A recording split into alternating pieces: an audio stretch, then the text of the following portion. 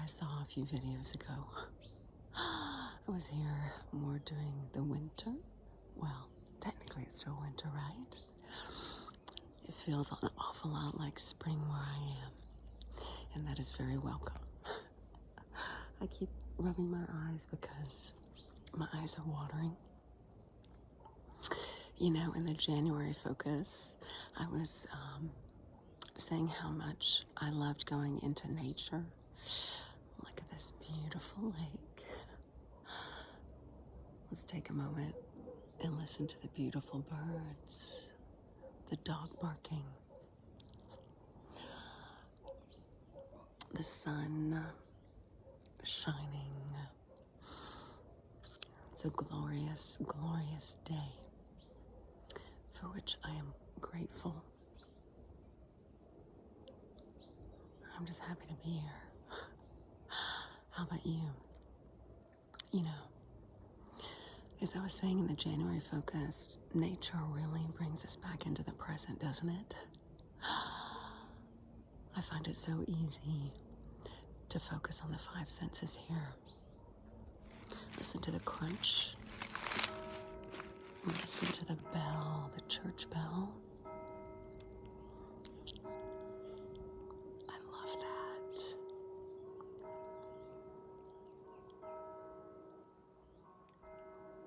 Perfect timing. Centuries-old church bells, you know. In each village, they have a church. And each church tower has an old-fashioned bell here. And they ring a different chime. They actually use foot pedals. They have someone, an actual human, who presses on the pedals to create the unique music of that church. And they all chime in harmony with each other. I find that so beautiful. We can take a lesson from that, right? For a more harmonious existence and working with each other and accommodating other people's energies, actions and behaviors, and standing our ground and standing in our power and, well, not hesitating to state who we are. And so when I look back at the beginning of January, I was in the same place. And I'm always in awe of beautiful natural locales, just like many of you, I'm sure. It just brings me home, inside, into the inner beauty, my inner essence, my inner peace. And so, as I was hiking up the old cobblestone walkway, my eyes started watering. Sometimes when I'm outside, I tear up. And you know, I realized recently that my eyes do that because they're not just shedding saltwater tears. I learned recently that tears, well, is but one of our ways to purge low, negative, dense emotions, right? The energy associated with them. Because whenever we feel these types of energies, emotions, in our body, well, it creates a certain chemical physiologically. And those chemicals, well, if we don't purge them from time to time, they accumulate and they can create illness or dis-ease. That illness soon becomes chronic, and it's pretty impossible to heal that issue without addressing the root cause, right? We can take all the medication we want. The pharmaceutical industry loves to sell us things to repress and suppress symptoms, right? Psychologically and in our bodies, physiologically. Well, glorious sign. That doesn't heal.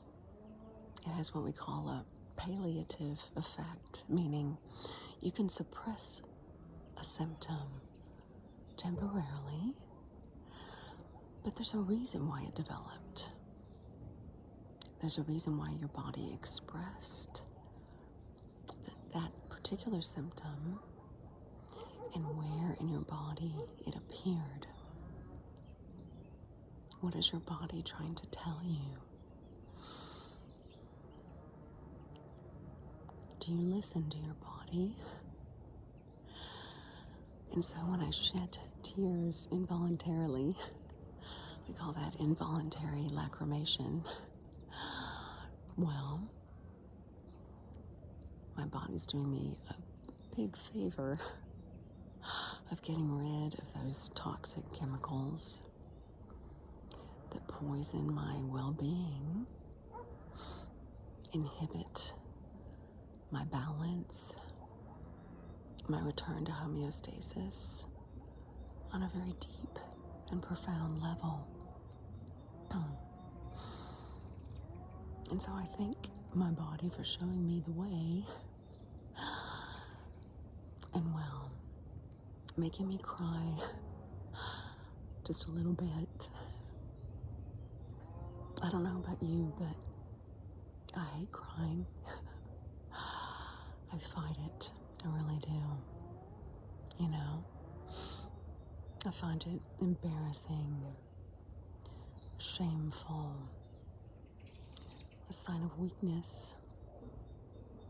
I think my face all contorted looks ugly. But in reality, these are just stories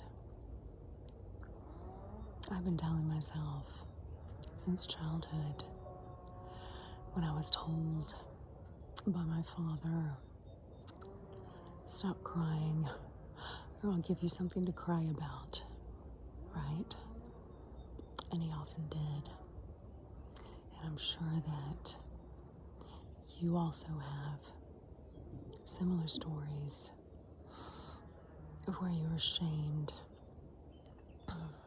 and not allowed simply to empty that cup of emotion that you were holding in. Simply clearing out the sadness, the sorrow, and well, we now know crying is a means to regulate our nervous system. So if we do that periodically, we can avoid that anxiety so many of us experience on a recurring basis. I'm definitely one of those people who, before I started meditating, felt recurring anxiety. Absolutely. And I definitely tried some pharmaceuticals prescribed to relieve that anxiety, but it never addressed the core issue. It was only in going inside when I learned transcendental meditation that I was able to